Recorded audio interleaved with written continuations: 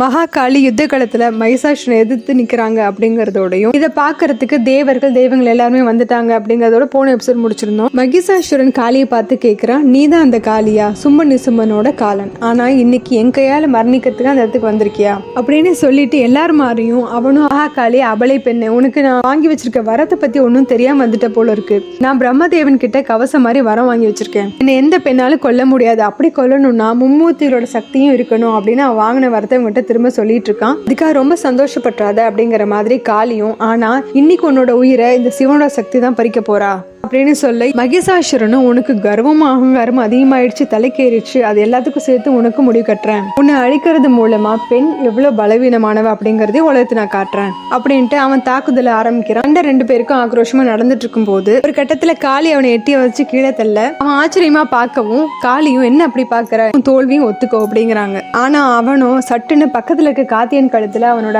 வாழ வைக்கிறான். உன்னோட கண்ணு முன்னாடியே உன் மகனை கொல்ல போறேன் அப்படின்னு சொல்லிட்டு மகாதேவா அதீத கோவத்துல இருக்க மனைவிட்ட சொல்லு, அவன் நினைக்கிறது என்னைக்குமே நடக்காது, அவளால் என்ன கொல்லவும் முடியாது, தாக்குதல் நிறுத்திட்டு சரணடைஞ்சிரு அப்படின்னு சொல்றான். ஆனா தைரியமா முன்னேறி வர மகாகாளி இவனை திரும்பி பாக்குறாங்க. இவனுக்கு அவங்க கண்களாலே ஏதோ சொல்ல அவரும் அதை புரிஞ்சிச்சு அப்படிங்கிற மாதிரி தலையசைக்கிறாரு. உடனடியா மகாகாளியும் பார்வதியா உருமாறுறாங்க. இத முருகன் கண்ணீரோட பாத்துட்டு இருக்காரு. ஆனா மகிஷாசுரன் கர்வத்தோட உச்சத்துல இருக்கிற நீ மகாதேவரை விட்டுட்டு சும்மனோட வாழ ஆரம்பி அப்படின்னு சொல்ல எல்லாருமே கோவப்படுறாங்க. அதோடு மட்டும் இல்லாம மகிஷாசுரன், உனக்கு உன்னோட உயிர் முக்கியம் அப்படின்னா உனக்கு உயிருக்கு உயிரா இருக்கக்கூடிய உன் கணவரை விட்டுட்டு எங்களுக்கு பணிப்பெண்ண ஆயிரு அப்படின்னு சொல்ல முருகன் கோவமா போது நிறுத்து மகிஷாசுரா அப்படின்னு சொல்லிட்டு முன்னாடி வராரு. இதுக்குள்ள அவன் அந்த வாழை திரும்ப அவர் மேல அழுத்தி அவரை தடுத்து நிறுத்துறான். பார்வதிட்ட கேட்கிறான், சீக்கிரமா முடிவெடு, மரணத்தை காப்பாத்த போறியா இல்ல மானத்தை காப்பாத்த போறியா அப்படின்னு கேட்டதும் நான் மரணத்தை ஏத்துக்கிறேன் அப்படிங்கிறாங்க பார்வதியும். அசுரங்களை அதை கேட்டு சந்தோஷப்பட்டாலும் கார்த்திகேயன் தான் பதறிட்டே, வேண்டாமா நீங்க என்ன செய்ய போறீங்க அப்படிங்கிறாரு. ஆனா மகிஷாசுரன் திமிரா, என்ன மகாகாளியோட காலன் அப்படிங்கிற உருவம் முடிஞ்சிருச்சா, ஒரு பெண் அபலைங்கிறது நிரூபிச்சிட்டியே, இது மூலமா நான் பிரபஞ்சத்துக்கே உணர்த்திருவேன், மகா காளியால கூட ஒரு வீரமான ஆண்மனை ஒன்னும் செய்ய முடியாதுன்னு அப்படிங்க. சிவனும் நாராயணனும் வேற ஏதோ ஒரு திட்டம் வச்சிருக்கிறதுனால இவன் பேசுறது எல்லாத்தையும் கோவம் வந்தாலும் இதை கேட்டுட்டு இருக்காங்க. மகிஷாசுரன் கோவமா கார்த்திகேயனை கீழே தள்ளி விட்டுட்டு